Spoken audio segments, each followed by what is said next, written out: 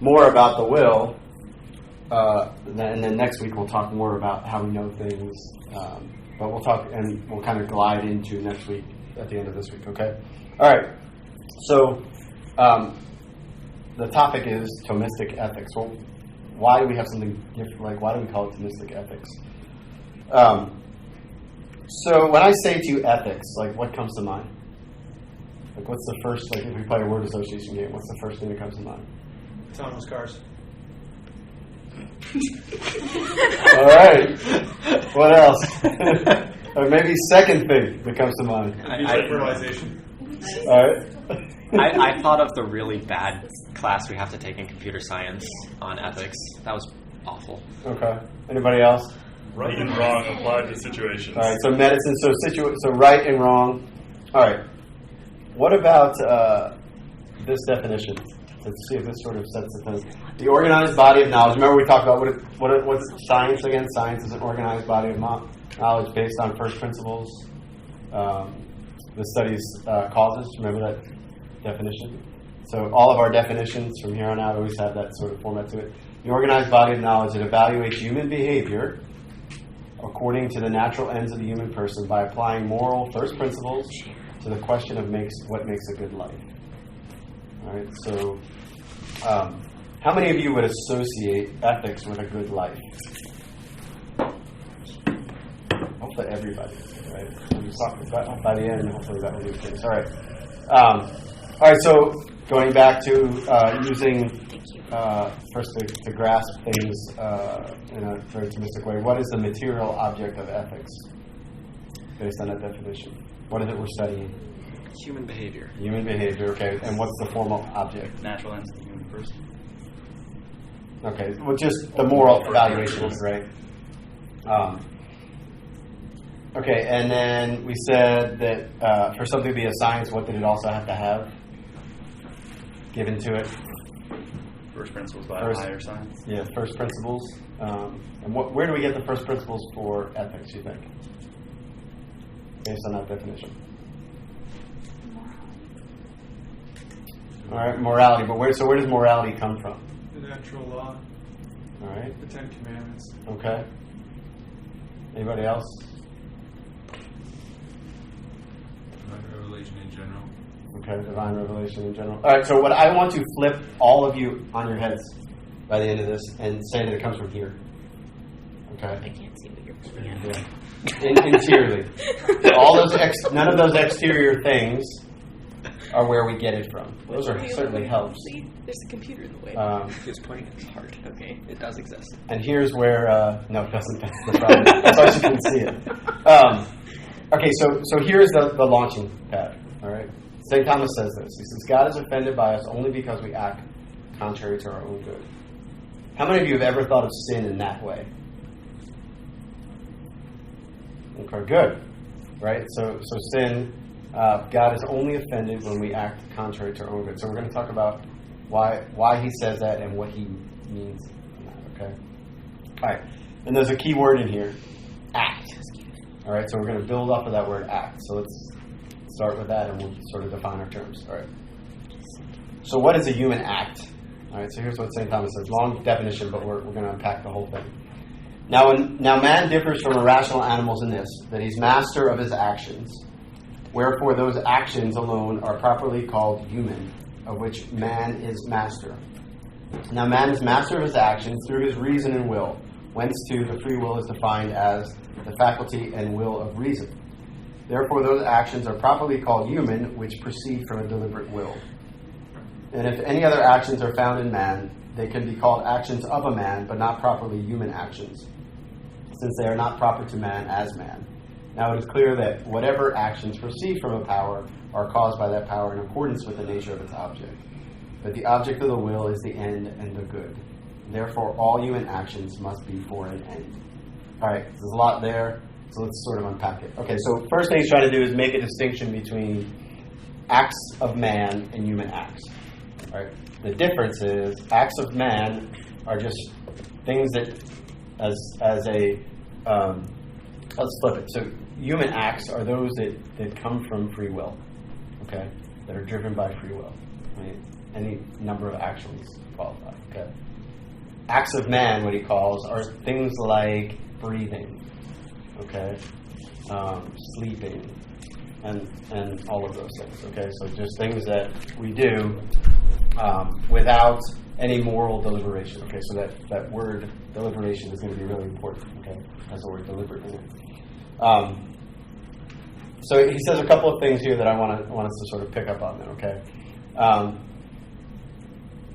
He says the object of the will is the end and the good. What does he mean by that?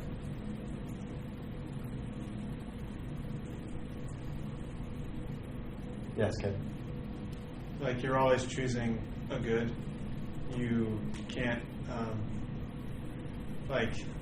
not choose a good. Okay. Like So- you're always directed towards some good, even if it's like twisted or. Right. So what does it mean to have free will? What does it mean that we say our will is free? We can choose the good, unhindered by misinformation. Okay, so we can choose the good. So we keep using the good. Free to choose what we perceive as the good. Okay. So here's my, maybe this will help us understand it. So often when we talk about, people will say things like, well, in heaven, you don't have free will anymore. Is that true? Why not? You have will, but your will is constantly choosing the greater good, and since you have knowledge, you have greater knowledge at that point. Okay, so we tend to equate free will with meaning I can choose whatever, right? But when we use the term free will, we basically mean that the will moves itself. Okay. Now it can identify a good and be moved by the good, but ultimately it moves itself. It doesn't require something else to move it the way the emotions do. Remember we talked about the emotions, or something has to move the emotions, right? Either something outside of us, or in the case of a virtuous person, it's their will that moves their passions. Okay, so but when we say it's free, it simply just means that it's able to move itself. Nothing else conditions it. I'm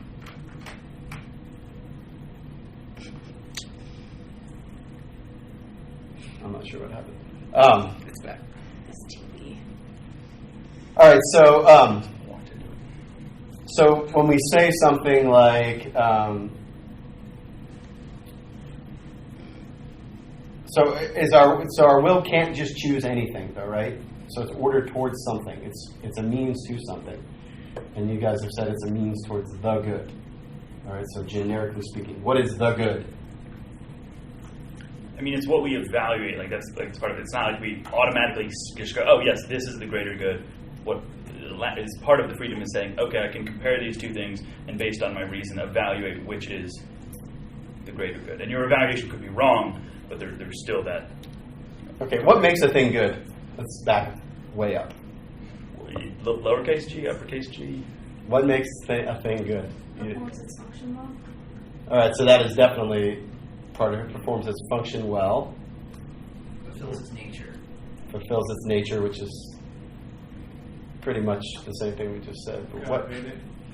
Say that again, Kevin. God made it. All right, so God made it. So where does it get its goodness from? God. It's a participation in God's goodness, right? God who is the good. So our will is given to us distinctly for what? To point us to the good, right? And then in individual situations, it points us towards things that participate in that, okay? And that's why we sometimes we choose lesser goods, right? Because they're all deficient in some way, right? And we'll talk about this in just a minute. All right, so the other thing, sorry, I don't know why this is doing this with the, let me try one more time. I mean, I have it, it's on here fine. Are we sure my group doesn't meet here still? No, we're not. I think it's just someone walked into it or something. I'm glad I had a fight with the TV earlier. Yeah. Is that group still meeting here? Let me try skipping that and come back to it. If not, then I get to just see it and you guys don't. Hey. All right, here we go. All right, so at the end he says, the object of the will is the end and the good. Therefore, all human actions must be for an end. What does that mean? What does he mean by that? That all... Everything you do has a purpose. Yeah, you choose. Like, you can't not choose for a purpose, right? That's all he means by everything. Okay. So if everything we choose is for a purpose, then there must be some overall purpose. Everyone follow that? It's kind of simple logic, all right? So what is man's end? All right. And so St. Thomas says, and he's building on Aristotle and Augustine, he says, the will can be directed to opposites and things which are ordained to the end, but is ordained of natural necessity to the last end. This is evident from the fact that man is unable not to wish to be happy. All right, so what is man's end? Happiness. All right? Happiness is man's end. All right? So think about that for just a second, right? So when we think... have you ever known anyone who has said, I want to be happy because it will lead me to this? Right? So list out all the things, ends and means, right? Is happiness a means to something else? Or does everyone choose things to make themselves happy? Okay, so you see his logic, right? Of why he chooses. He says, okay, happiness is it. Right? That's the sort of end. Yes, how do mental disorders fit into that, like depression and such? Well, some of that would be, I think you'd start with the fact that there's sort of a diminished capacity, right, to choose. So it's in some way inhibiting the will. But even in the things they choose to do, deliberately, they would still choose to be happy and never choose against that. All right. So the problem is, of course, that I use the word happy, and if I ask everyone, they have a different definition of it, right? But should it be that way? Should everyone have a different definition of happiness? No. Why not? Because we all have the same end. Because we all have the same end. Why do we all have the same end? Because we're all supposed to have eternal happiness with God in heaven. Okay. All right. So back up. That is true. But let's back up and let's remember that we're doing philosophy here. Same nature. Same nature, right? And what did we say at the very beginning of the semester about what a nature is, right? What is a nature? What a thing is, right? But also what a thing can do, right? And all things, we said all things act to fulfill their ends, to fulfill, right? Everything moves towards fulfillment. And so man's fulfillment is to be happy, right? All right, so let's define the word happy then, all right? So we've talked about this before about the English language is kind of can hamper us sometimes, right? Because happy is has the word "hap" in it, which makes it seem like, well, it just happens, right? It's just an accident, or we don't really have to. It just kind of, we're lucky, right? But the Greek word is eudaimonia, right? I don't know a whole lot of Greek, but I do know this. So eu means good. And so any word that has eudaimonia in it, any word that has you in it means good. And then daemon means spirit. Okay, so good spirit. All right, so happiness then is something, it's a condition or a state, right? Within the soul of the person. All right? All right, so now we have linked, which is what I was trying to do, happiness with morality. Okay? So the virtuous man is the happy man. And now we're going to talk about why that is. Yes, Casey. If we're going to talk about why this, we can talk about why this. Okay. Yes. So if someone says, I don't care, just do whatever makes you happy, we can actually say we agree with that. At least in the end. Yes. Yes. You would have to qualify the word happiness, of course. Right. But yes. Go ahead. I've got a question. So I'm taking biomedical ethics class, and we covered Aristotle and eudaimonia briefly. And they said his definition of happiness, like eudaimonia, is fulfilling one's function well. like all your capacities are fully engaged and working properly. Is that how we would understand it? I mean, you could certainly. That sounds very mechanical, Yeah. and it's got a little circular reasoning in it. Yeah. But yeah, kind of like the fulfillment of human nature would be. So think about. They take the whole, everything within this philosophy class is basically purely physical. I don't think they ever, even when we covered Aquinas, didn't engage anything spiritual. Yeah, so that would be, if you're using the word eudaimonia, that would be really hard to, without like a materialistic view of man, when the word literally means like good spirit, is a little difficult, right? Yes, Keegan? You know, I touched on this, but where does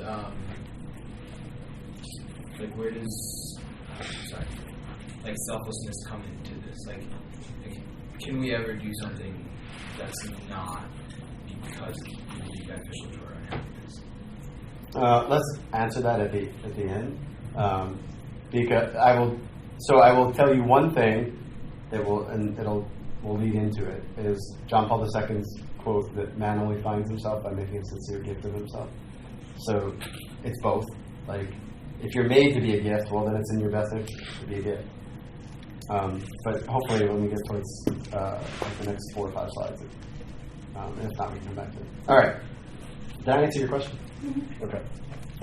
So begin to think about morality in terms, and when we get to a definition, think about, as persons, we use our human nature. All right? Think about it in that. So we were given our nature to use to perfect us personally. Okay? I don't want to split it up into a dualistic way of looking at things, but think of it in terms of that. All right. All right. So now we're at the stage where we're going to talk a little bit about if what John Claude said is true. If everyone does really act to be happy, are they all happy in the same thing? Okay. Did I say that? I don't think I said that. Well, you were saying they were right when they said that. Oh. Yeah. I just confused them. I just drew a connection. One more step. Okay, so here's what we can start with, at least. So here's what St. Thomas says. He says, consequently, we must say that happiness is something belonging to the soul, but that which constitutes happiness is something outside the soul. Okay, so that's what he's assuming. Right, does anyone have a problem with those assumptions? That if we accept what we've talked about man being both body and soul, a single substance, but the spiritual being the higher part, then obviously total fulfillment would fulfill that higher part. Okay. The second part is this happiness, and hopefully as we look at some examples, is the cause of our happiness something outside of ourselves. Anyone have a problem with that assumption? Why does that work?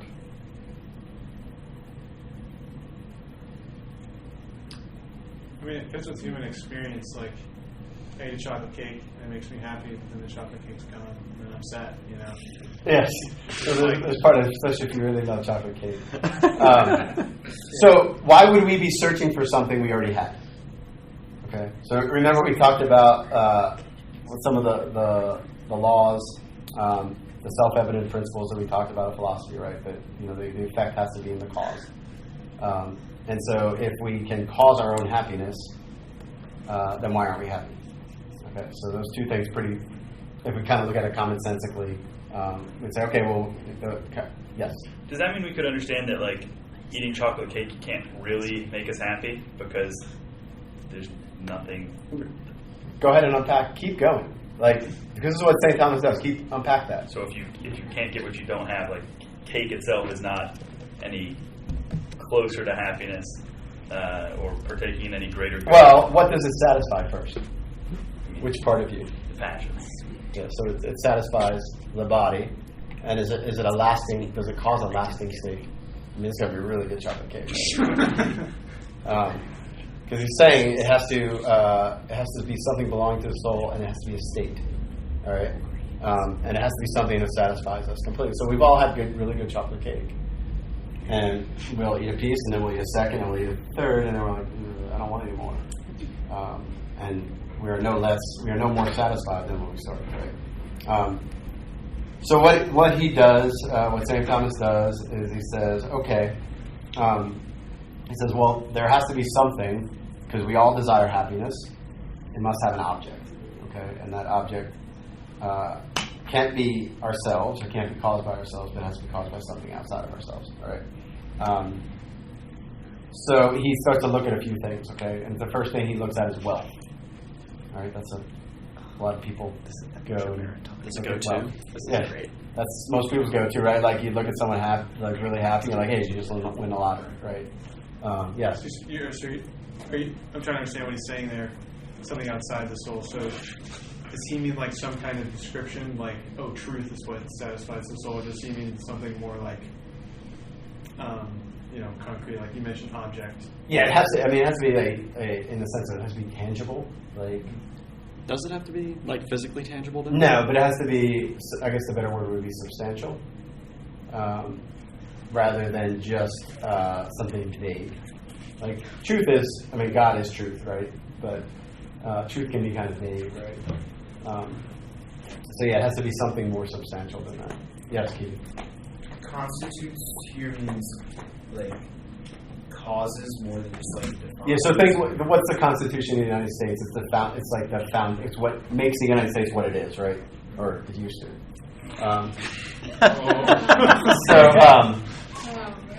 So anyway, that's what he means by constitutes, right? Something that's like a what binds it all together. Okay, so he looks at wealth, right? So and he breaks into wealth into two categories. He says, okay, what about something like money? And then he says, okay, well, money can buy a lot of stuff, but it's a means, right? And we said this is an end, right? And so he says, okay, it can't be money, and if it's going to be lasting state. So if I get all this money, and then the government tomorrow says dollars aren't worth anything, well, have I lost all my happiness, right? And so he says, okay, it can't be wealth, it can't be material wealth, for the same reason that it can't be the cake, right? Because when I've got my 10,000th iPhone, I'm just really not satisfied. And so at a certain point, you're satiated. Yes? Where does it say it can't be, or where does it say it has to be lasting? So it's a condition of the soul, so he like anything in the soul ought to be permanent. Gotcha. Okay. Because remember, the soul doesn't have parts or pieces. Okay. So then he says, okay, so it's not wealth. And then he says, well, what about honor? Okay. And he uses a good example. He says, okay, what if people are honoring you for something that's not really true? Like, what if, someone tells me I'm a great archer, and I win all these awards for being, the best archer there is, and I'm not real, I'm just a fraud, right? Would I really be satisfied with that? He says, no. He says, but so honor is really for the sake of some excellence. And so now he's moving us a little bit, right? So he says, okay, well, the excellence might be then, the excellence is actually the cause of honor. And so honor is not an end, right? It's almost an accident that comes along with excellence, okay? And we'll come back to the idea of excellence, okay? Because excellence in archery might not be fully satisfying. All right, then he looks at fame, okay? Now, is fame a condition of the soul, or is it something outside of us? Outside of us. Okay, so it wouldn't be fame either, right? How about power? So power is what? Power is the capacity to do something. So it's a means, not an end. But you're saying it is something outside of us. Yeah, it is. So why does that not apply to fame? How does fame... How is fame different? No, I mean, power, I agree. Power, I would say, is just I don't know that I would necessarily say it's outside of us. I would just say it's the power to do something. Sure. So it's a means to some other end, right? And we said that happiness had to be an end. Mm-hmm. So what was your question about fame? Or so you're saying, because you're saying fame is outside the self. Right. What So fame doesn't depend on me at all, right? It depends on other people to give me, the adulation, and so it's not a lasting thing. No one's famous forever. Right. And so the cause of it might be outside of us, but the control of it is not. It should be interior. Mm-hmm. And the control of it is not interior. So then it can't be a lasting state. I see. Okay. All right. So where were we? Power. How about bodily health? Good luck with that. I mean, it has to do with your body, not your soul. Yeah. So we said the goods of the body are subordinate to the goods of the soul. But even then, like, bodily health is just another, like, it enables you. Like, the reason we don't like poor health is because it prevents us from doing things that we would otherwise do. Right. Yeah. So in a certain sense, well, when your body is subordinate to the soul, it's true. But when you don't treat it as such, right? What about pleasure? Because that's the other one. Andrew, do you have a question on the last one? I was going to say, since we're not dualists, doesn't the condition of the body affect the soul, though? For sure. Yeah, the starving person really has a hard time being virtuous, right? Like, so yeah, for sure. But if it still has to be a condition of the soul and not just the body, right? So that would be bodily health. Or the pleasure. What about pleasure? This would be the sort of the answer, right? A life of pleasure. Why isn't pleasure? What's pleasure? A response. Experience of the senses. Okay, so it's an experience sense. Although you can argue that joy is pleasure, right? There's pleasure in a virtuous person gets pleasure from doing good things. But it's still just an effect. Okay, so unpack that a little bit more when you mean an effect. So pleasure is meant to point us to things that are good. We experience pleasure when we are somehow affected by a good, or at least something that we perceive to be good. Yeah, so pleasure, if we use the terms we've been using, is an accident that attaches itself to something that is good. Yes? Can you comment on how that would be different from happiness? Because like what he said, it points to some good. Like I hear that, but I could say, happiness points to, a good. Okay, so which person derives more pleasure? Let's say from the marital embrace. The person, the gigolo who's jumping from bed to bed, or the chaste married man? The chaste married man, but why? I think you're just telling me what I want to hear. Why? No, you have to be convinced of this, by the way. Like, you have to be convinced that actually, when you have virtue, you actually get more pleasure in an act than if you don't. Why? I think it has to do with like I think we can all agree that human experience confirms that when you make the pleasure your object, you immediately lose a lot of good things and maybe even the pleasure itself. Whereas if you make the good your object, you always lose the pleasure itself. Why is that though? What is it in human? What is it about us? Why are we wired that is the case? Why? Because we're settling for a lot less if we focus on the pleasure, we're really not becoming who we're supposed to be. You guys satisfied with that answer? Well, it sounds like you aren't, so. But I'm blaming you guys. Kevin, excellent answer. They just don't like it. Sorry. I like it, Kevin. Go ahead, Keegan. You were going to say something. You're not just talking about bodily pleasure, correct? No, I'm talking about the full gamut of pleasure. Because I can see where you might be able to say that the Gigolo. You don't know the word gigolo? Gigolo. Mel ho? Is that better? What to tell you? When you're out more bodily pleasure, it would be reasonable to assume, maybe, I don't know. But the other pleasures of the soul would obviously be completely lacking in opposite. So why did I say it so emphatically? Why can I confidently say that? Because pleasure comes from using your human nature, using your faculties correctly. You will derive way more pleasure from using, who enjoys a meal more? A glutton or somebody who's temperate? Somebody's temperate. Why? Because they're using food the way it was meant to be used, right? They can sit and they can enjoy. Now, it often takes us getting pulled all the way towards vice to go, oh yeah, like I totally see that now. And we may think like, I'll eat this, eat this cake and eat this next piece and next piece, and it really tastes good. But the man who actually can go, I'm just going to have one, what does he tend to do? Savor it, right? He can actually enjoy it, right?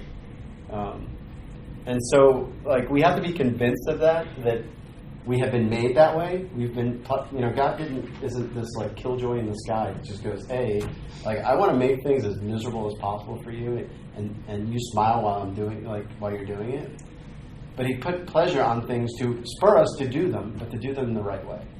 Okay. Yes. So I'm still just a little confused. Can you define pleasure?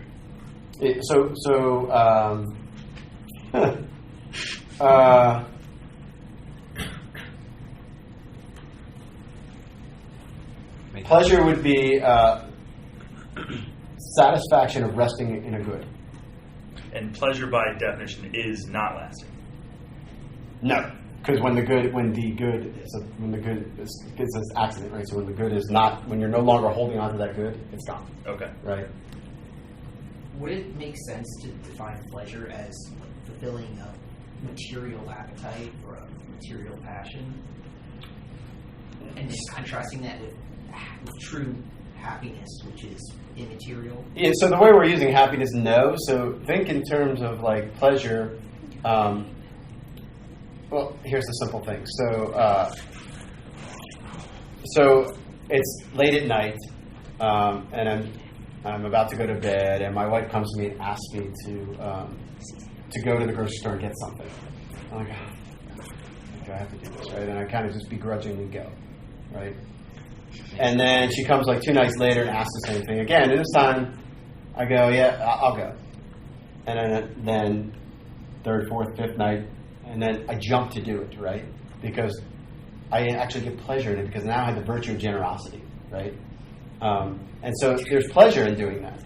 Like I'm actually enjoying doing those things. So it's not just like a bodily pleasure, because I might still be tired. But it's deeper than that, right? So pleasure isn't just about the body. In fact, when we try to separate it, that's when we get into trouble, I think. Then we start going, well, I took pleasure in that. Was that bad? Whereas, no, like this person actually takes pleasure in things that are objectively good, right? And by the same token, like we talked about last week, like we talked about like the chaste man, when he sees pornography, he's repulsed by it, right? He actually looks at it and goes, that's disgusting. Because he's chaste, so he takes displeasure in things that are evil, too. So it sounds like from this definition of pleasure that pleasure is what happiness consists of. No, pleasure is the thing that attaches itself. Okay. So pleasure doesn't, so think pleasure can be a sign pointing towards happiness, but it's not lasting. Right? So happiness, we said, is lasting. Like, no matter how many times I go running off to the grocery store late at night, like, when I get back, I'm not going to just, hopefully not just sit there and, like, relish it, like, wow, that was really good. really bad. So pleasure is like the byproduct of happiness. Exactly. It's a byproduct. We're using our terms accident. Yes, Keegan. Where does, like, happiness where is it distinguished from the good? Because, like, it seems like we could both say that the good is the end of man and happiness is the end of man. Is there a difference? Or like, yeah, so happiness is, so the good is outside of you, right? Happiness is when you get the good. So it's like a consequence of the good. Yeah, it's when you are wedded to the good. When the good is yours. So happiness doesn't necessarily lead us to the good. No, happiness is the state of having the good. Pleasure leads us to good. Yeah, pleasure is a sign pointing towards a good. Sort of like, it seems like it's kind of like a feedback mechanism. Like, oh, that felt good. I should probably like do that again. And then you're like, oh, that felt really bad. I should probably. Yeah. In a general sense, like, Well, that's why, like, think about the things in life, right? Like eating has pleasure attached. Got attached pleasure to it, so that we'd eat, right? Because it's something objectively good for us. And we might forget to eat if it wasn't pleasurable. So what I don't want us to walk away from is thinking like pleasure is the enemy, first of all, right? Or that it's somehow pleasure is opposed to the moral life. It's not the means by which we evaluate it. But when you're living a virtuous life, it's a pleasurable life. It's not a life of misery, right? In fact, it's the exact opposite. Like that's why saints are joyful, right? Even in the midst of mess, is because joy is resting in a desired good, right? They're resting in the thing they want most. Is that why we talk going back to the whole heaven and like free will thing? So since you're in heaven and your free will is ordered towards the good, you're going to be constantly choosing the good, and therefore you're happy. Yeah, Where exactly. It from? Okay. Yeah, exactly. So it's not a matter of, were you going to say something, Father? Yeah, so you used resting for the definition? That's why resting, not... A joy of resting in a desired good. Because usually the pleasure... Yeah, I guess, I mean, resting maybe not in the sense of, like maybe in the sense of eternal rest, like we use that term, like not that we're around, playing the harp on a pillow or something. In fact, it's like an active rest of like holding on to, or think of like St. John at the Last Supper, right? Like that kind of rest, like where he's right next to the heart of Christ. Like the thing he most desired is like he's got it, and so he's holding on to it. So yeah, not resting in a passive sense, but in a truly active sense. Okay, so I've kind of let the cat out of the bag, and I think we already knew the cat was out of the bag to begin with about what's. So happiness then consists in the vision of God. Okay. So the point of all this, of doing this, is so that we understand that freedom was given to us for that, and that at every moment of life we can choose to go towards that good. All right, any moment and every moment. And so everything we do has meaning. There's nothing that happens that doesn't have meaning, because we're either moving towards the end or we're not. All right? And so we'll come back to that in a second. All right, so that's what I want. So in other words, the point of being virtuous is not virtue in itself. The point of being excellent is not excellence in itself. It's to get us to our end. All right? Okay. So let's take a little side tour here about, let's talk about what, so we said human acts are voluntary, remember? Let's talk about this for a second. So happiness isn't obviously just something something that just happens to us. It's something that we sort of achieve, right? The fulfillment of what we were made for. And we do so through our free and moral acts. Let's talk about what St. Thomas says. He says, the reason of this is that the act of the will is nothing else than an inclination proceeding from the interior principle of knowledge. Okay, so we talked about this a little bit when we talked about the will is blind in the sense that it needs to be pointed towards what is good. All right, and so what he's saying is the pointer is our intellect, all right, our reason. Now, the pointer can also be our feeling or our passions if we're not careful, okay? So he's simply saying, he calls it a rational appetite, and we talked about this last week. What I want to talk about, though, is the difference between willing something and doing it. Do you guys understand there's a distinction there? So where is the act of the will? The body. Inside, right? It's interior, right? Now, when it spills over, we do it. So in other words, if I will to,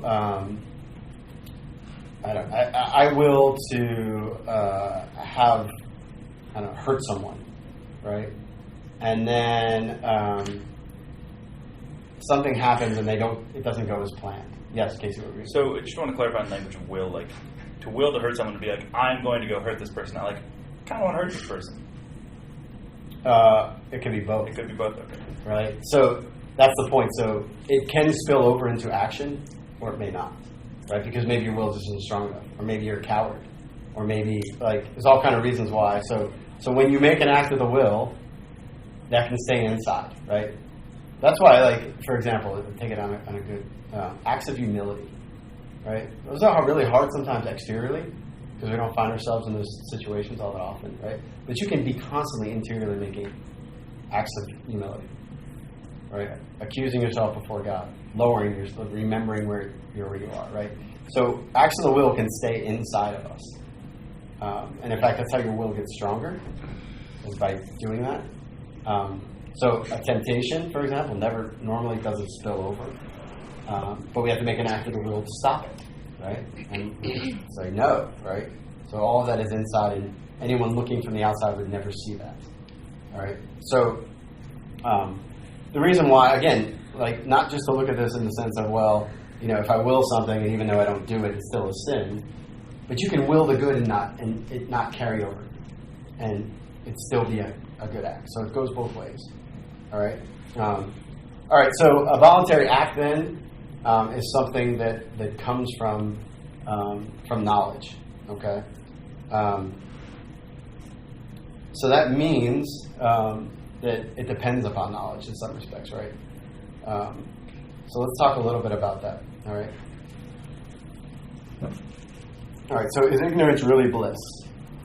All right. So ignorance causes involuntariness. It is insofar as it deprives one of knowledge, which is necessary condition of voluntariness. What do you guys know what ignorance is? Everyone know what that word means? It just means not knowing something you should know. Deprives one of knowledge, which is necessary condition of voluntariness. Okay, so we have to know something before we do it. But it is not every ignorance that deprives one of this knowledge. Accordingly, we must take note that ignorance has a threefold relationship to the act of the will. Concomitantly, when there is ignorance of what is done, but so that even if it were known, it would still be done. Okay, so what does he mean by this? So he's just simply saying, let's say I wanted to kill someone, and I saw them in the road, and I ran them over, and then it turns back out that it was just a deer. Like I still had will to kill that person, right? And even though I was ignorant that it really wasn't the person, right? So he said, okay, that's the same thing, okay? Because I still willed to kill the person. Consequently, to the act of the will, insofar as ignorance itself is voluntary, when I choose to be ignorant of something, like that makes you culpable, right? Not necessarily culpable for the action itself, but a lot of people do this. Like I remember very distinctly having a conversation with one of my coworkers about contraception. Getting along in the thing, we're talking about it, and I said to him, you know, he's like, oh, Catholics don't believe in birth control. And I said, yeah, we believe in it. It's a real thing. Like, it exists, but we think it's a bad idea. And I told him, he's like, bad idea? What do you mean? And I told him, and he stopped me right in the middle, and he said, we got to stop talking about this, because I might have to change the way I do things. That's willed ignorance, right? Like, he's like, okay, like, if I know about this, I'm going to have to stop doing it. And so that's sort of the level of culpability, right? And, you know, it's kind of an obvious example. We do this all the time, right? Like, I don't want to know that. I don't want to know. Like, and then the third is antecedently to the act of the will when it's not voluntary and yet is the cause of man's willing what he would not will otherwise. So this is more of where we don't just do our due diligence, right? Like, we don't take the time to actually study something before we make a decision. Or we just rashly make a decision. And it may turn out fine, it may not. Right? And sometimes it could just be not, like, say you don't know that you're supposed to fast on Ash Wednesday, and you don't. And no one told you, and you had no reason to think you should ask. Yeah. That would be, like, involuntary ignorance, and you wouldn't be culpable for anything. Yeah, so in moral theology, these three are broken down into two different. Vincible, which just means it can be overcome. Invincible, which is what John Claude was talking about. That you did all possible things, but it turned out that it still happened anyway. And the classic example is like the guy backing out of his driveway. You know, he's mad and he gets in his car and he just backs up and he runs over the neighbor's dog. And he, I mean, he could have very easily have overcome that ignorance by turning around and looking, right? But then he goes out and he gets in the car and he checks his rearview mirror and looks, and the dog is like nestled up under his back tire, and he backs over it. In that case, you know, he did his due diligence. He didn't check under the car, but most people wouldn't check under the car, so he could have overcome it. But any reasonable person would probably not look under their car to make sure they're not running over something. That's usually the way they're sort of broken up. Okay. All right, so let's let's talk about the will itself. And we said that it was an intellectual appetite, which just means that the appetite is just, remember, it's a tendency towards something. So it says, but it is evident that the intellect, through its knowledge of the principle, reduces itself from potentiality to act as to its knowledge of the conclusions, and thus it moves itself. And in like manner, the will, through its volition of the end, moves itself to will the means. Okay, so what is he talking about? All right, so he's talking about it being free will, so nothing else moves the will. But he's also saying when we will something, we also are willing the means towards that something. All right. And so when you actually choose something, you're also choosing all of the things that will take to get there. All right. And this, although it seems kind of obvious, we don't always. So think about how many of you want to be holy. How many of you will to be holy? All right. How many of you are willing to do all the means that will take there? Yeah. See that, like. Everyone still should have raised their hand, right? Because if you're really, like the general that goes into battle, right? He checks to see what he has, right? So if you're going to will the end, that's what Christ is saying. You got to will the means too, right? And actually, in holiness, the means are the really hard part, right? The glory is great, but we've got to get to the point where we actually will the means, right? Because the end is so good that we're willing to, it's the pearl of great price, right? We'll sell everything for that. And so when we will something, we will as an end, we have to will all the means to get us there, all right? And you see that means are usually what get us in trouble. All right, let's talk a little bit about then. All these words are sort of all fit together, and they're kind of used interchangeably. But let's talk about the moral act itself, all right? So let's talk about the intention, all right? Now, intention is a movement of the will to do something already ordained by reason. Okay, so reason said, this is good. Now we intend to do it. And we make the intention to do it. And intention is an act of the will which kind of sets it in motion. Okay?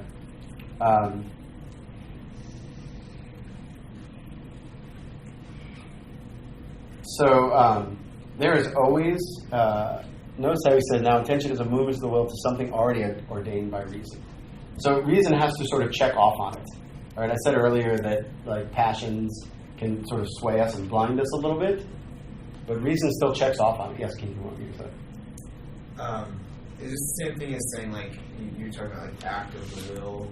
Is that, intention, or is that... Yeah, that's when the will actually moves. So, act of the will and intention are kind of interchangeable. All right. I forgot where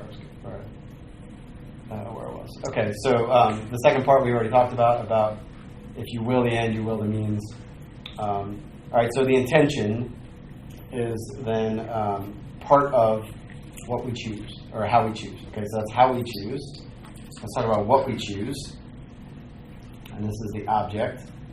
And we'll tie all this together in a minute. So...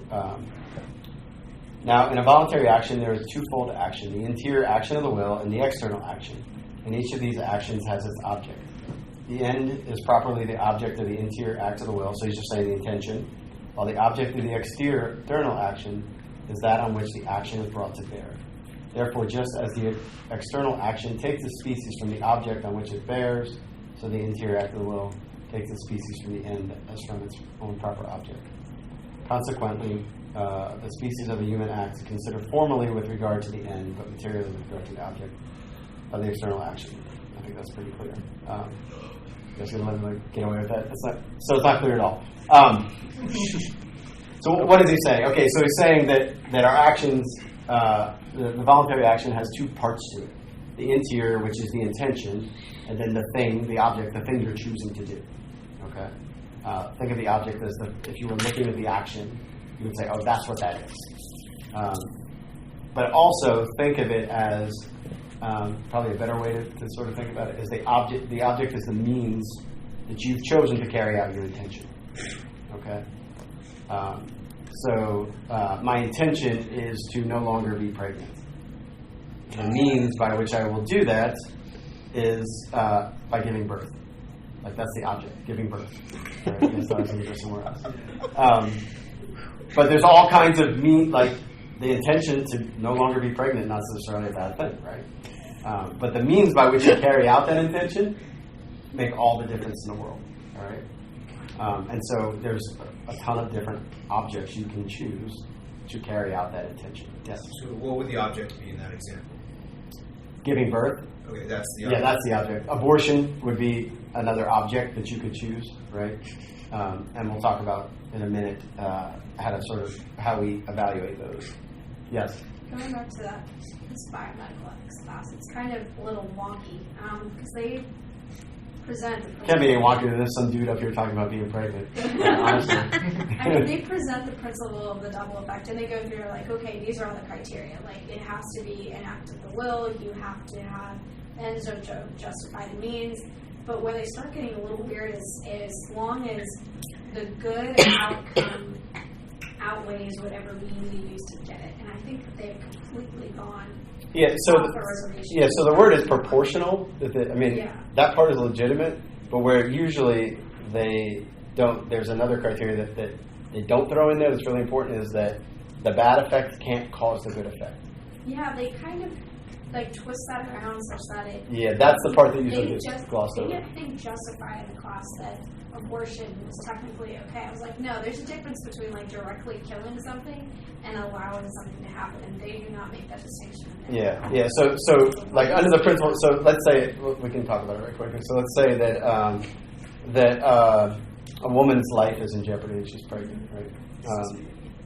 And so what they would say is that, okay, in order to save the woman's life, we're going to abort the child. Right? So the means by which they're going to save the woman's life is to kill the child.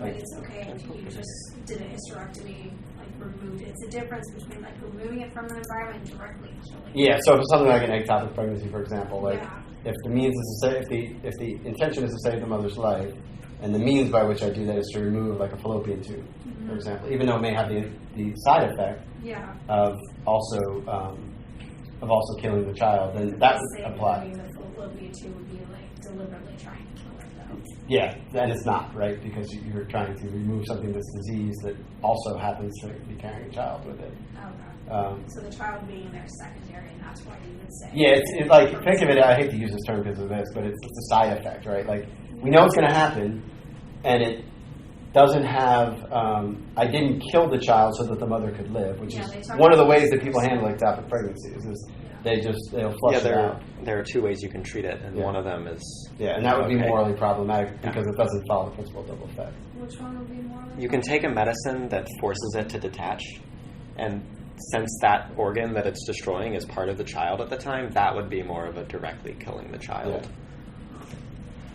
than doing the surgery. Yeah. And there's good medical reasons, too, for doing the surgery, too, because normally ectopic pregnancies happen because there's a disease part of the fallopian tube, or there's scarring, or it leaves scarring, like even the so-called medicine leaves scarring and makes it much more likely to happen again. We also have to remove it, because otherwise you've got decaying tissue in there. Yeah, I mean, there's plenty of reasons why, it has to be done. But the point is, you can't, the bad effect can't be the cause of a good effect. Right, and then the proportionality comes in the fact that it's a mother's life and a child's life. Those things are proportional. Going back quickly again to Aristotle, what I have in my notes that they talked about was basically like what sets humans apart from other animals is our rational capacity, and it says like the highest good is exercising our rational minds, and the highest good is like linked to our purpose, which is our rational minds. Like, how is that all kosher? That's all checks out. Yeah, because what is ultimately what is the highest good we can have?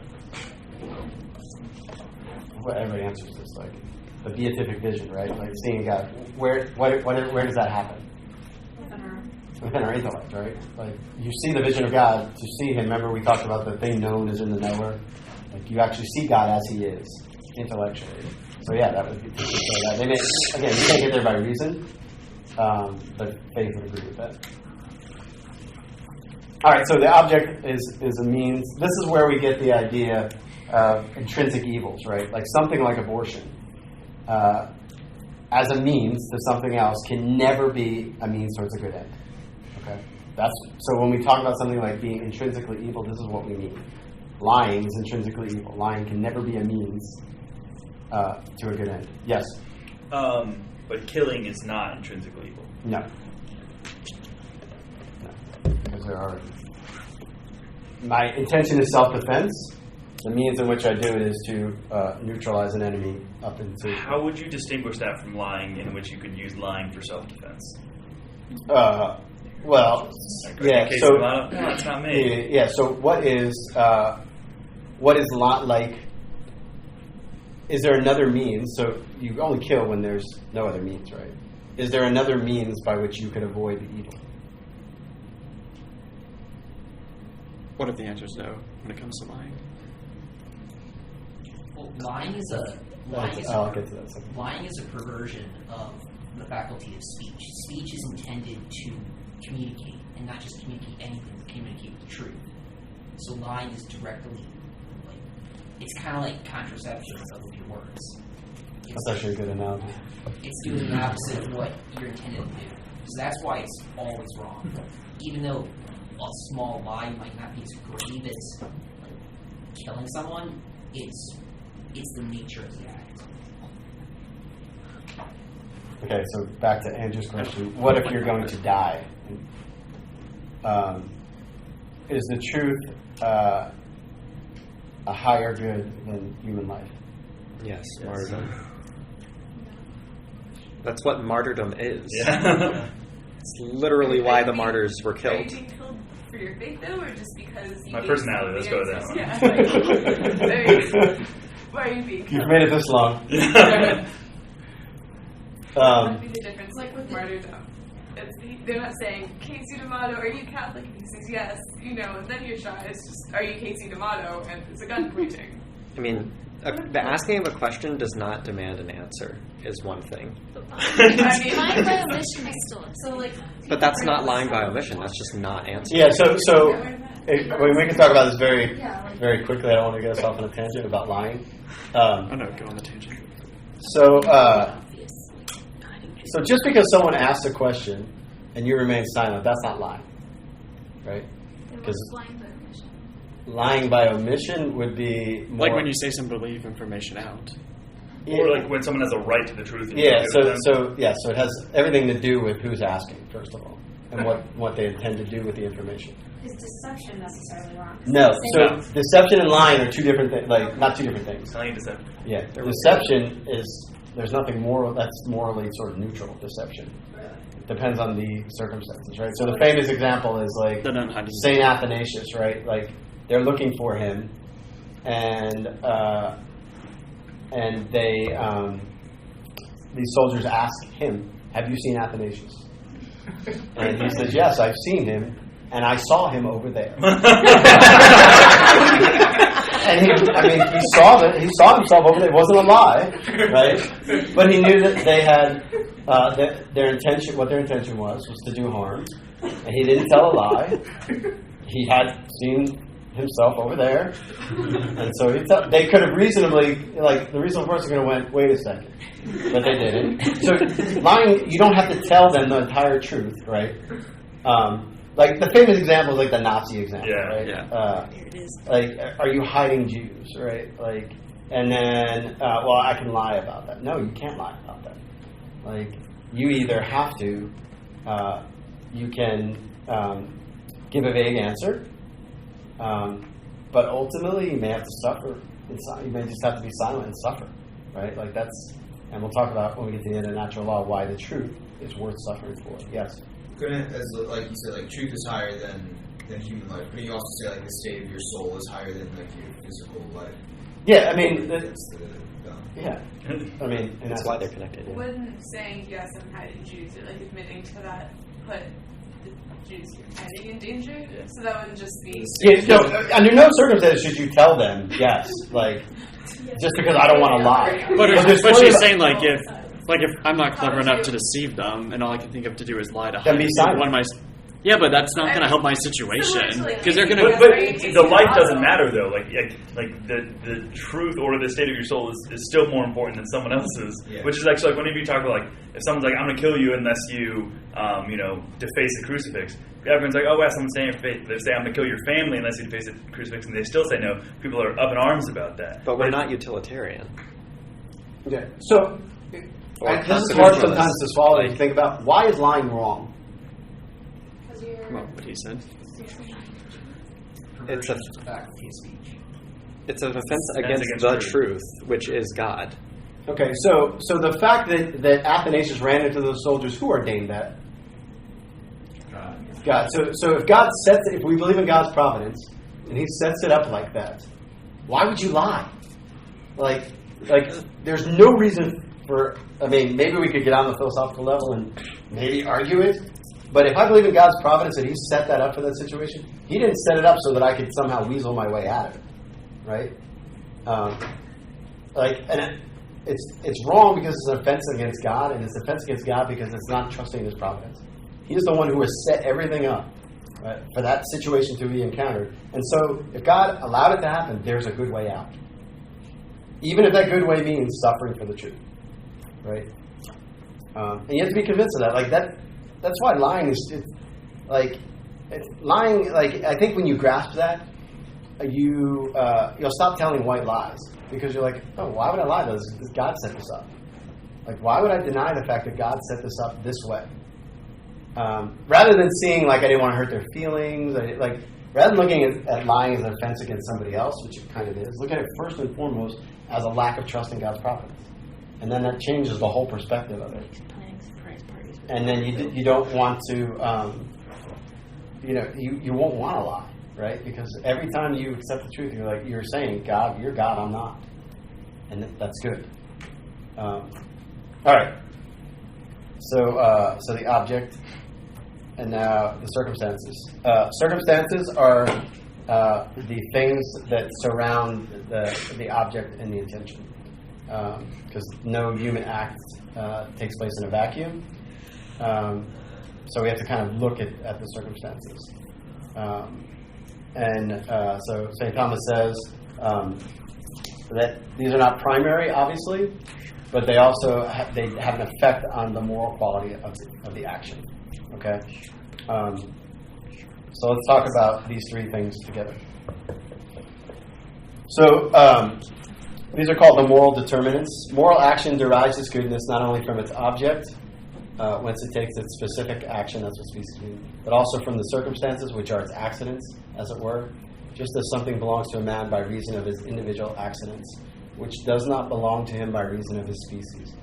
And every individual action must needs have some circumstance that makes it good or bad, at least in respect of the intention of the end. All right, so what is he talking about? Well, what he's giving us is a pecking order. Okay, so when I make a moral decision, what do I look at first? Intention. The object? Ding me for the look at. Like, what do I mean by look at? I don't know. Yeah. So the first thing you do is form an intention, right? Like okay, I want to do this thing, I need to do this thing. Okay, and then you judge whether that intention is good or not. Okay. And then you look at the object, how you're going to carry out your intention. And then you look at the circumstances, right? Right. So, but when you're morally evaluating an argument or morally evaluating an action, you start with the object, the thing you're going to choose. Why?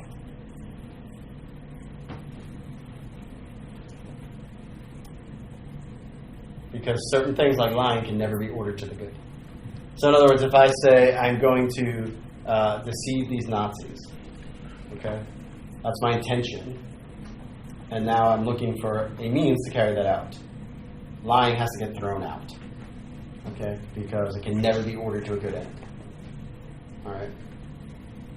Does that make sense? So we always look at the object first to see if it can ever be ordered towards something good. And then we look at the intention. All right? And then the circumstances surrounding it. Whether okay, I can do this now. Should I do it here and now? Okay? Oh, that's so you're saying when you're judging something like externally, was that a good or a bad thing?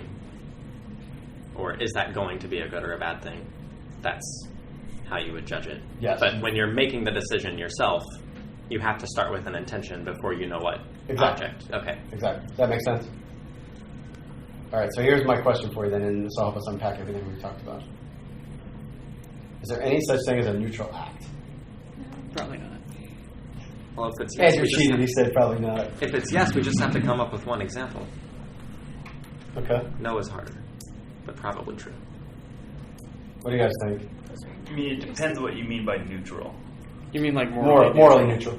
There's a moral action. Like eating. Isn't anything that?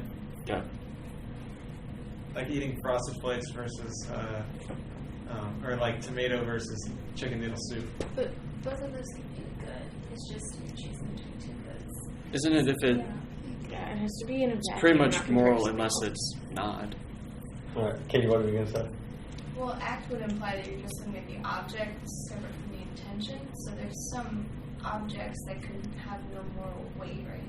Okay, so she just brought up a really important distinction. Yes, so there's circumstances and objects that can be neutral, but think of the act in totality. Can the intention ever be neutral? No. No, right? So in other words, there's no such thing as a neutral act, right? So going back to Kevin's example, if you guys heard Nicole's response, was so the choice between Captain Crunch and, I don't think she used Captain Crunch, but Fruity Pebbles, right? What is your intention? Yeah, to eat breakfast, right? Is that a good intention? Yes. Okay, so that's a good intention. What about the circumstance? What if I've already had 17 bowls of fruit? So I looked at the circumstance, I'm like, okay, no. So, okay. What if I'm having my first bowl of Fruity Pebbles? If Dominic hasn't eaten them all. That's good. Yeah, so like, there's any example you could come up with, I can tell you it's a moral act. Short of going back to what's summarized earlier about the human acts versus acts of man, right? Like breathing is not although choosing not to breathe could be an immoral act, right? So anytime there's a voluntary act, it has some weight to it, right? Which goes back to, again, every decision we make has to be ordered towards our end. Is this making me more closer to a saint or not, right? There's no neutral acts in life. Like God doesn't waste any time. Is it true that when you guys were coming up with fun things to do on the weekend, every so often he'd ask you how it was making you a better person? Okay, that's out of bounds. You cannot ask Dominic anything I've ever told you. Like I deliberately have dropped all of those stories because he's now here. You guys can't do that. That's not fair. So you told him that story? What you should have done. They feel bad for you, actually. They feel really bad for you. Yeah, what? They feel bad for you. He wasn't allowed to watch anything on TV unless I asked him later whether it helped him virtuously or not. That's terrible. What great parents. Yeah, so those questions are like, I'm going to call like shenanigans. Those are out of bounds.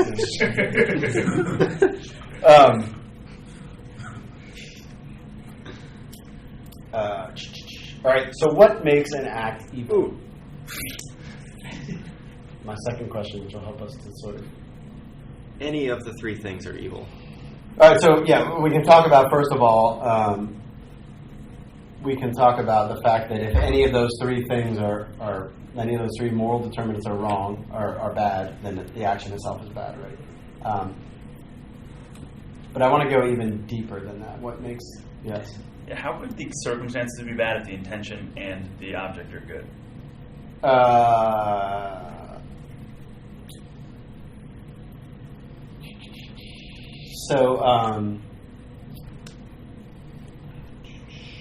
You're hungry, so you go to the store and you buy the last loaf of bread in front of line of someone who's starving. Yeah, that would be a good example. Yeah, okay. But you would not be culpable for that because you...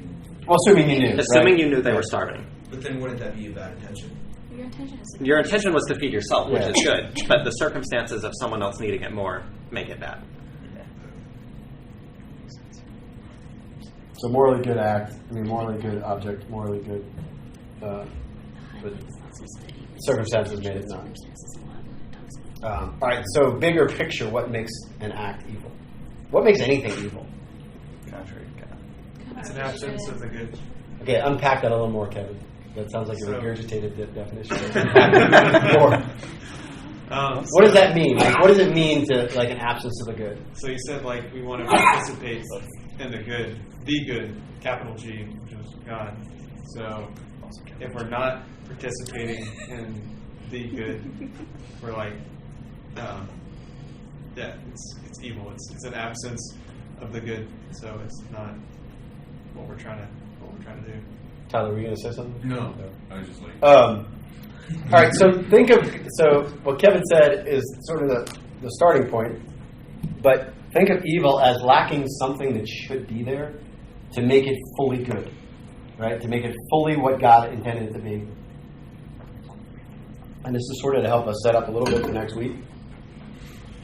So St. Thomas says, we must therefore say that every action has goodness insofar as it has being. Right? So the fact that something exists is good, right?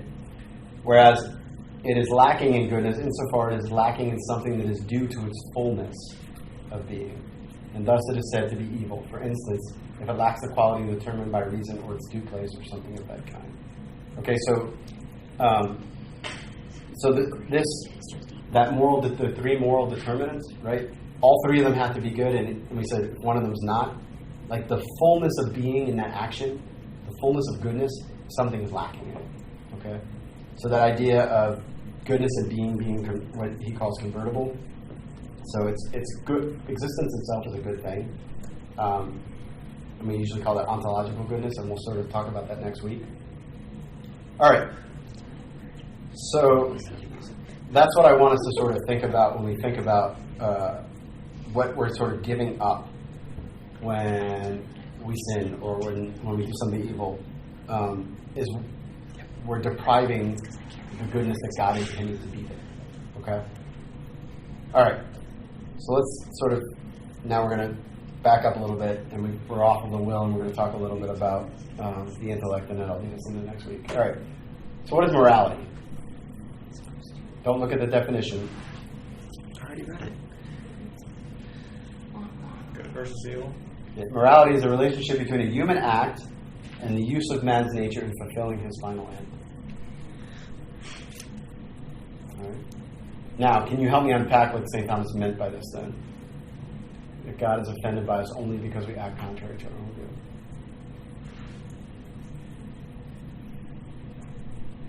So St. Thomas also says sin is that which is contrary to reason. Right? That's a kind of a strange way to...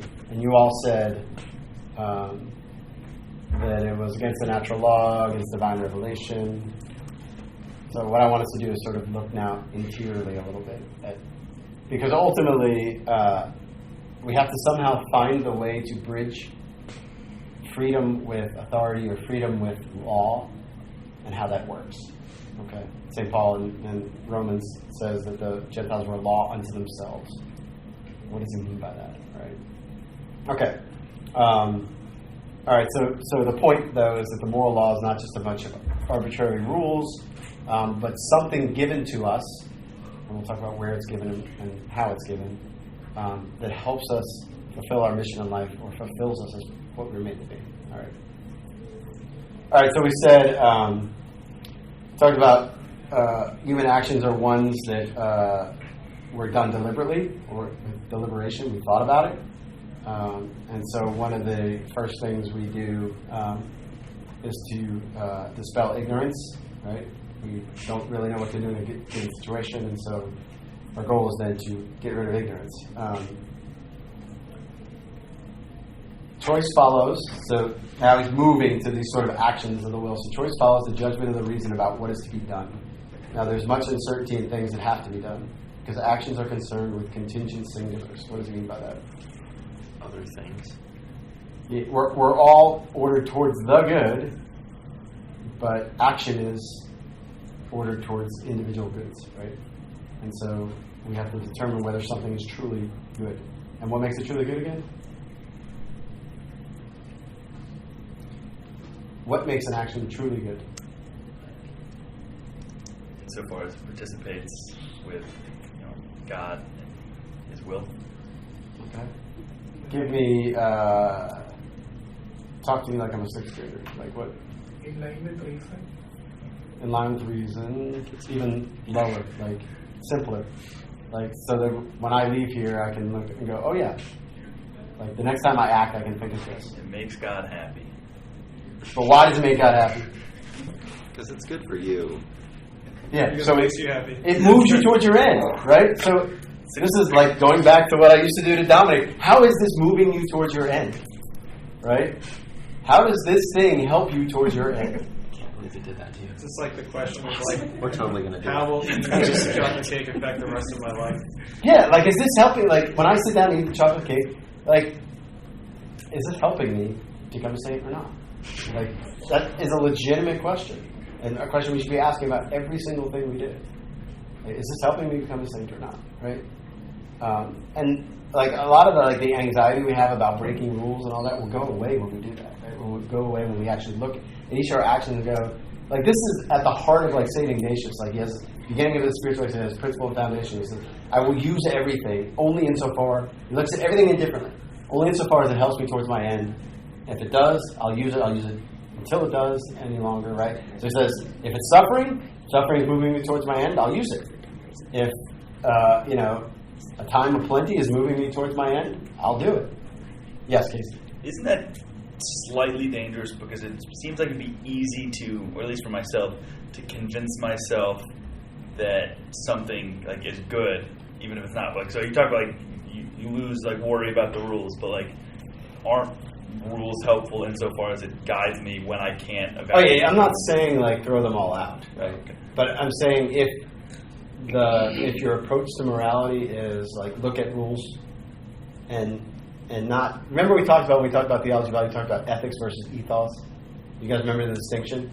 Ethics is rules from the outside. Ethos is like my interior, what guides me, right? Like a person who's honest, we wouldn't have had to talk about. This is not an accusation, but I wouldn't have to talk to him about what lying is.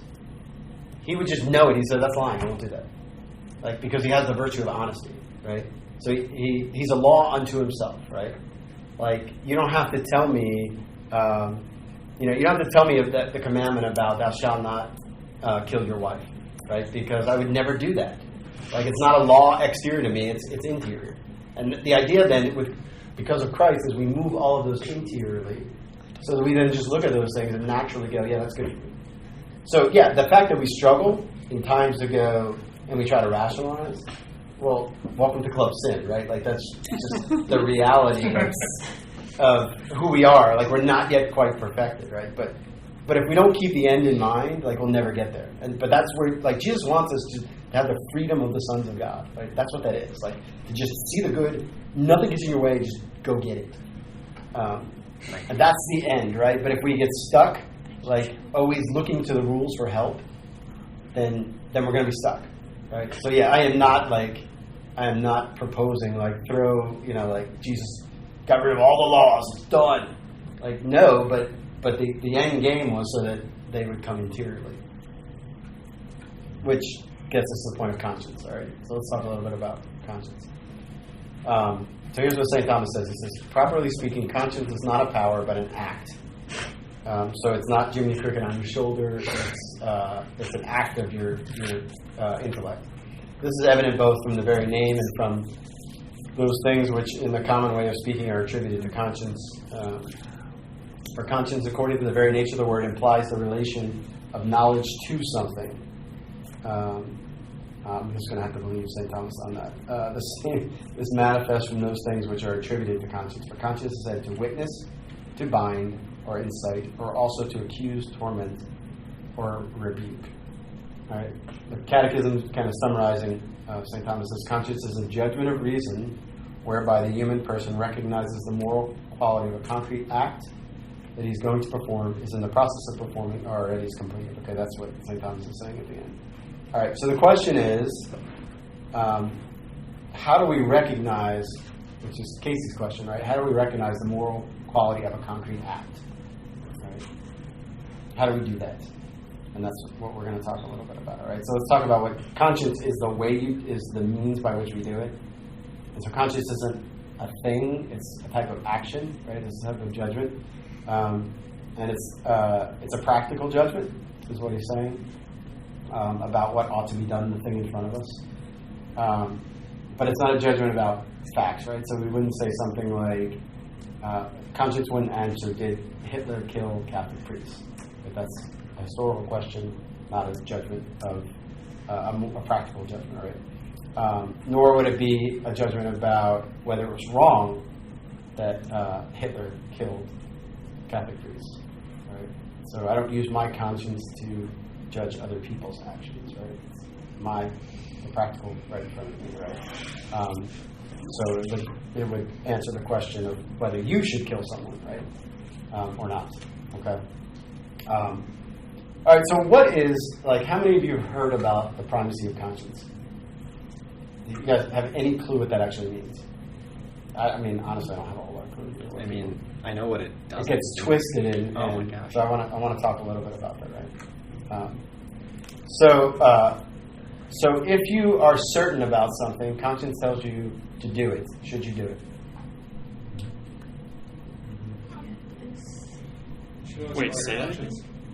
Say that again, Kevin. Very loud. You should always follow your conscience. All right, so if conscience says to do something, you should do it.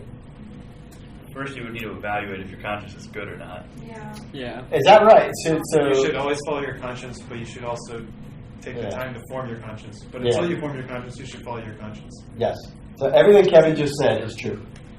And it's not that you should; it's you have to. Yeah. You actually. So if I do something wrong, and going back to the ignorance thing, right? If I do something wrong, and I know it's wrong, is that worse than doing something wrong that I don't know is wrong? Yes. Okay, so when my conscience says, take this water bottle, because whatever the reason is, right? Now, what if I'm wrong about it? Should I still take it? What if I'm objectively wrong? Do you know you're wrong? No. I mean, you still shouldn't. Yeah, you should always follow your conscience. Always. Because you will be wrong for not following your conscience. So if my conscience is telling me I should go murder 50 people. So doesn't this border into relativism, though? This is where you have to. This is why it gets abused. This is why we need to talk about it. Right. So if your conscience is certain, you're acting, remember we talked about, you're acting irrationally not to do what conscience says to do. Right? And we said irrationality is sin, right? But so, is there not something to be said for going, okay, this is my thought process. I like that this doesn't sit well with and me. my thought process gets me to point B.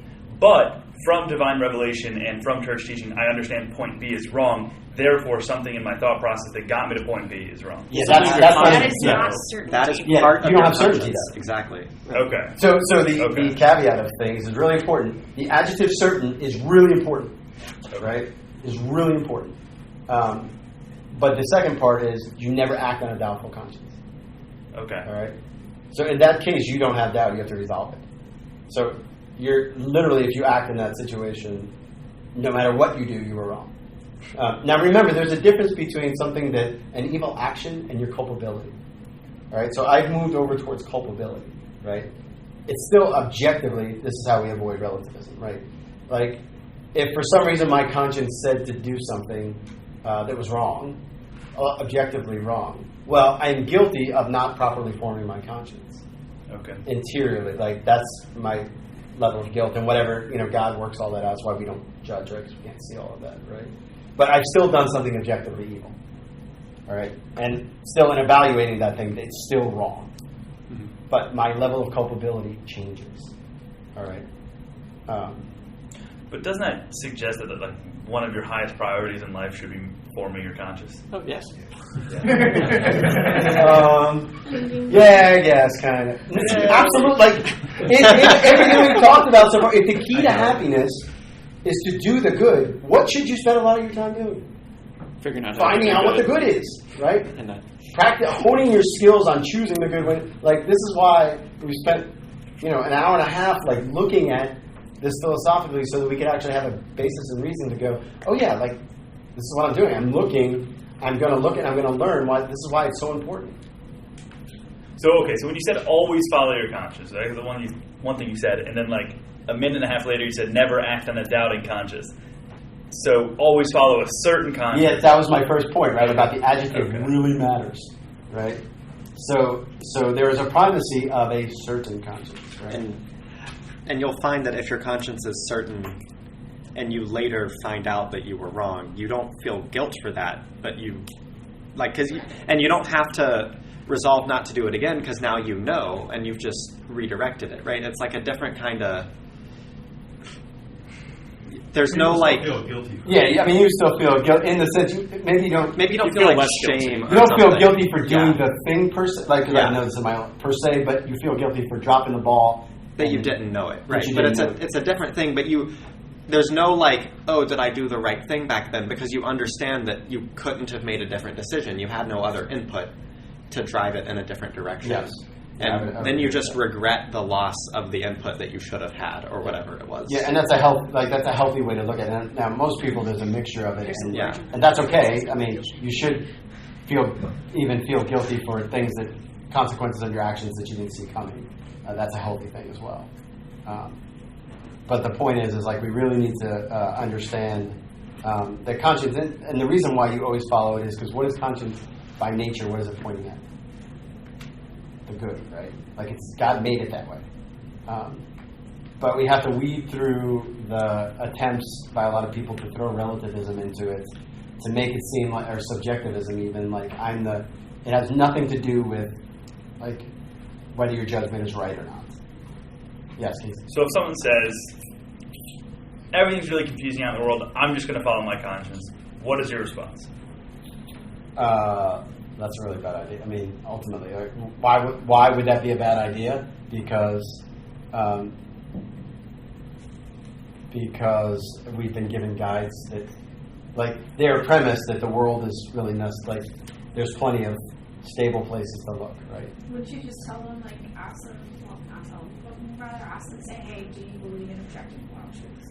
Yeah, and that's sort of what we're moving towards right now. Like, to answer your question, we're moving towards it, right? Like, there are plenty of ways in which you can, like, I had a conversation with I'll get to I'll tell you the end of it when we do the last slide. Okay, so this was the definition I said from the Catechism. So my question is, how do we recognize the moral quality of a concrete act? All right, this is our last question. How do we know if something's good or not? So here's what St. Thomas says. Synderesis is said to be the law of our mind because it is a habit containing the precepts of the natural law, which are the first principles of human actions. All right, so we're going all the way back to the beginning. What do we say that ethics, what was the fourth sort of pillar of ethics was its first principles, right? The first principle is do good and avoid evil. But can we get more than that? All right, so let's see if we can sort of walk our way towards natural law and then figure out where it fits in. Okay, so all of creation is governed by God's providence. We sort of all agree with that, right? Or we could say, from just a philosophical point, we could say that everything has an end towards which it moves. Each thing individually. We agree with that, right? Including human beings, right? So that's the teleology that we talked about and defended.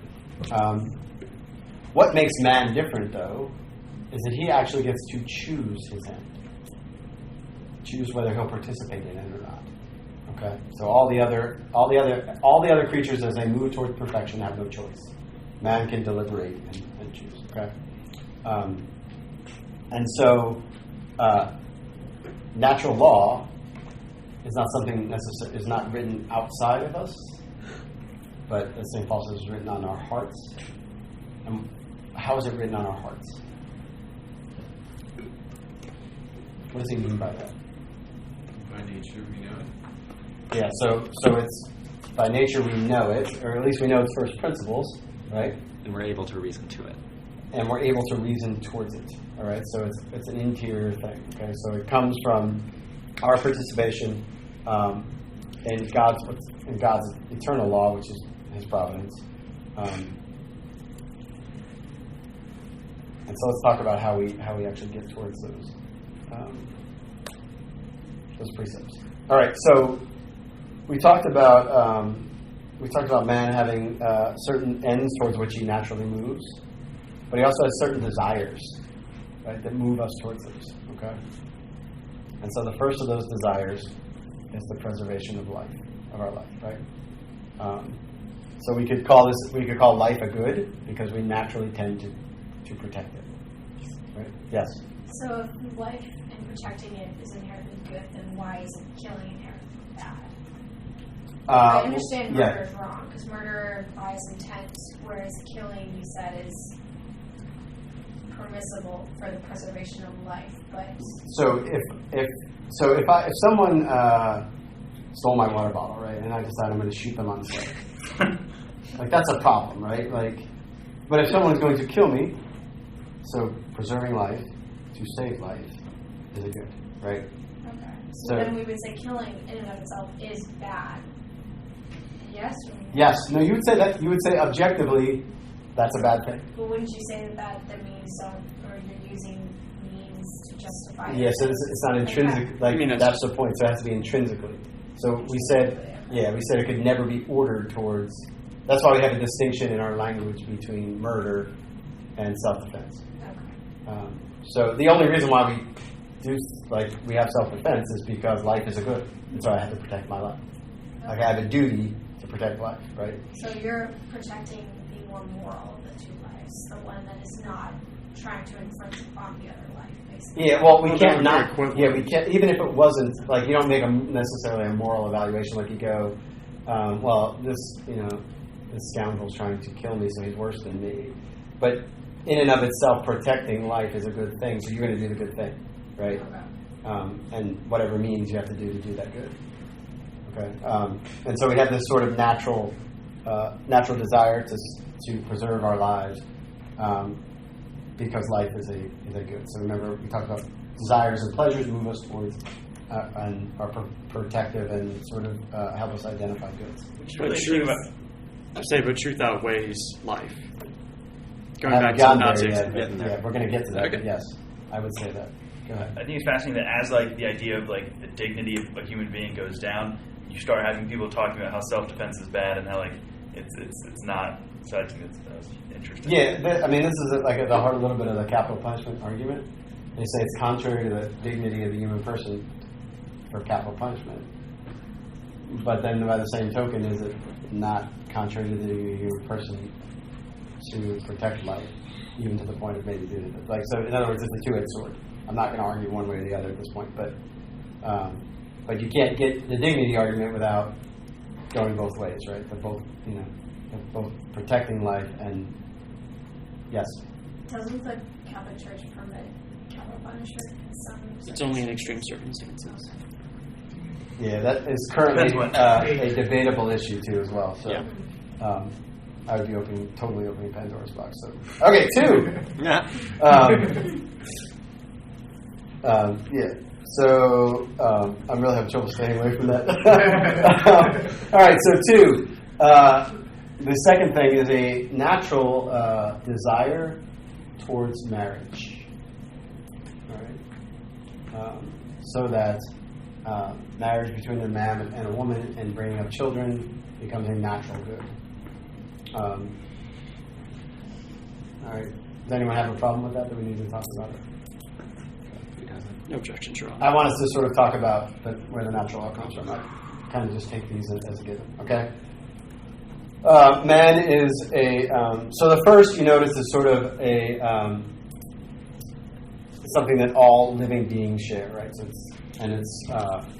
the second is sort of something that all living beings share in the fact that there's reproduction, but there's a distinctly human way of doing it, right? The third, living in society, spans a little bit more, right? So this is humans live in this society in a very distinct way, such that they preserve and promote the common good, right? And so we'd say society in and of itself is a good because we're social creatures by nature, we're driven towards it. And then the fourth is what we would say is completely, totally, distinctly human, and that is knowledge of the truth. All right? We have this innate drive to know, not just to know facts, but to know causes and to understand. And so the truth, because it is the highest good in the fact that it's the highest in the sense that it is the most distinctly human, we would say that there is a pecking order of these, where so think about this for a second, right? Like, why did a fireman run into the Twin Towers? Why did he give up his life if preservation of his own being is? He's trying to preserve other lives. Yeah, so there's that. Benefiting society, like living in society, and then for taking care of their, serving the truth. Yeah, so for the sake of society, right? Like, maybe a better example would be like soldiers, right? Soldiers leave their family. Marriage is a good. Marriage, family is a good. They forego it for the protection of society because it's part of the common good, which then flows back over them as well, right, and their children. All right, and so this is why the bishops in the United States especially talk about religious freedom being the highest and most cherished right. It's because it's attached to the fourth one. All right, so let's just talk about this real quick. All right, why can we say objectively that that lying is wrong? Because it's against the fourth. Yeah. Yeah, and probably 3 too, right? Because it diminishes trust in society, right? So every single precept, every moral precept, you can come up with as many as you want, and I can connect them back to one of these 4 things. And anything that, so why is contraception wrong? And ought to be wrong not just for Catholics, but for everyone. Goes against number 2. It harms the good of marriage, right? And anytime you harm I would say arguably harms society as well. Anytime you harm a lower level, you harm the levels above it. To John Claude's point, because they build on each other, right? Like society falls apart if you don't have stable families. Source America. Sorry, I've been really sassy today. So the point is that that anything that we come up with, this is binding on everyone. Why? Why is it binding on everyone?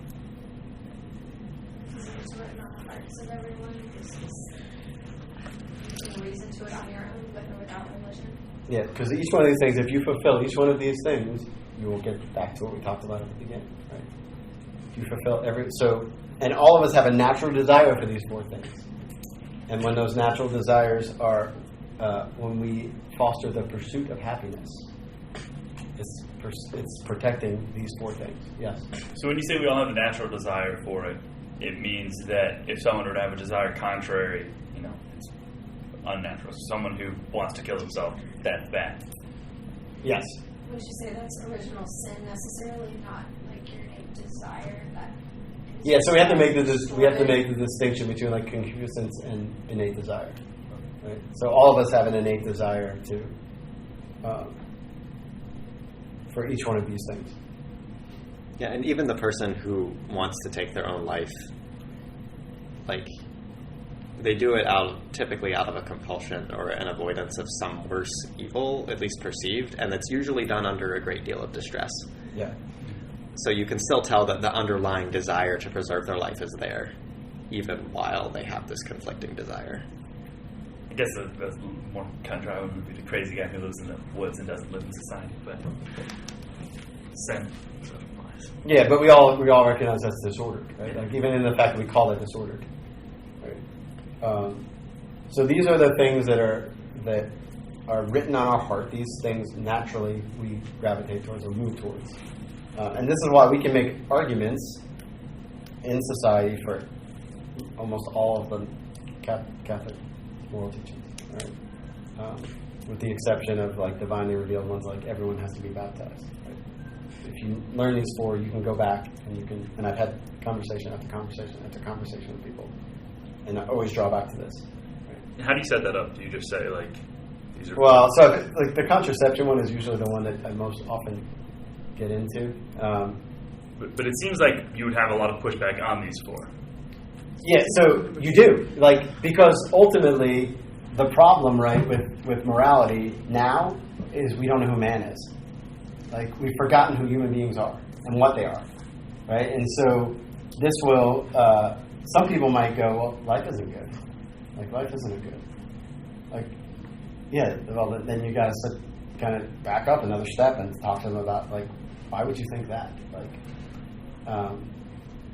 But in general, people who are who haven't either been jaded or are rationalizing in some way, which a lot of times you uncover, will admit that all of these things are good, right? No one says oh yeah, bringing up children with a father and a mother, that's the worst possible thing you could do, right? No one says that. They might say, oh, it's the same or whatever, but no one says it's a bad thing, right? And so you kind of help people kind of see okay, you're totally rationalizing it.